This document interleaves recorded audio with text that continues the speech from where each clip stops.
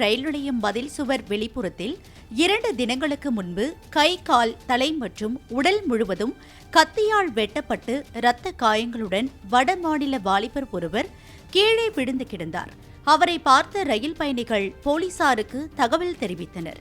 சம்பவ இடத்திற்கு சென்ற போலீசார் வெட்டு காயங்களுடன் உயிருக்கு போராடிக் கொண்டிருந்தவரை மீட்டு அரசு மருத்துவமனையில் அனுமதித்தனர். விசாரணையில் அவர் மகாராஷ்டிரா மாநிலம் கோலாப்பூரை சேர்ந்த சுராஜ் என்று தெரியவந்தது.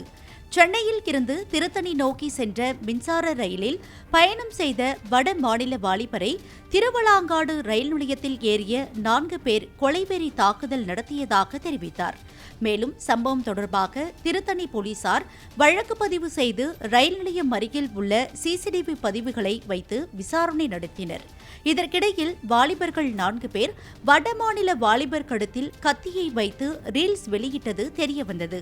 இதனைத் தொடர்ந்து திருவாலாங்காடு அருகே அரிச்சந்திராபுரத்தை சேர்ந்த சிறார், அரக்கோணத்தை சேர்ந்த சிறார்கள் 2, திருத்தணி அருகே நெமிலியை சேர்ந்த சிறார் ஒருவர் என 4 சிறார்களை போலீசார் கைது செய்தனர்.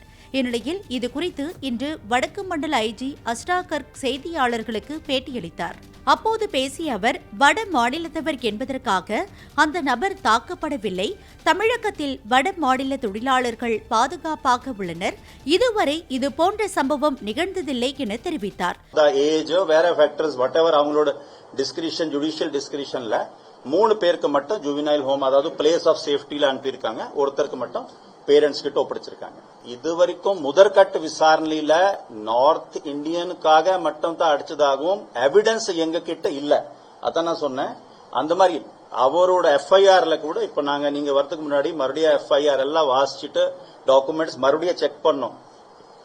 அதுல எஃப்ஐஆர் பொறுத்திருக்கும் கூட மற்ற டாக்குமெண்ட்ஸ் பொறுத்திருக்கும் ஓவராலா நீங்க படிச்சீங்கன்னா ஸ்டார்டிங் அவர் என்ன சொல்றாருன்னா, கம்ப்ளைண்ட் சொல்றதை வச்சு சொல்றேன்.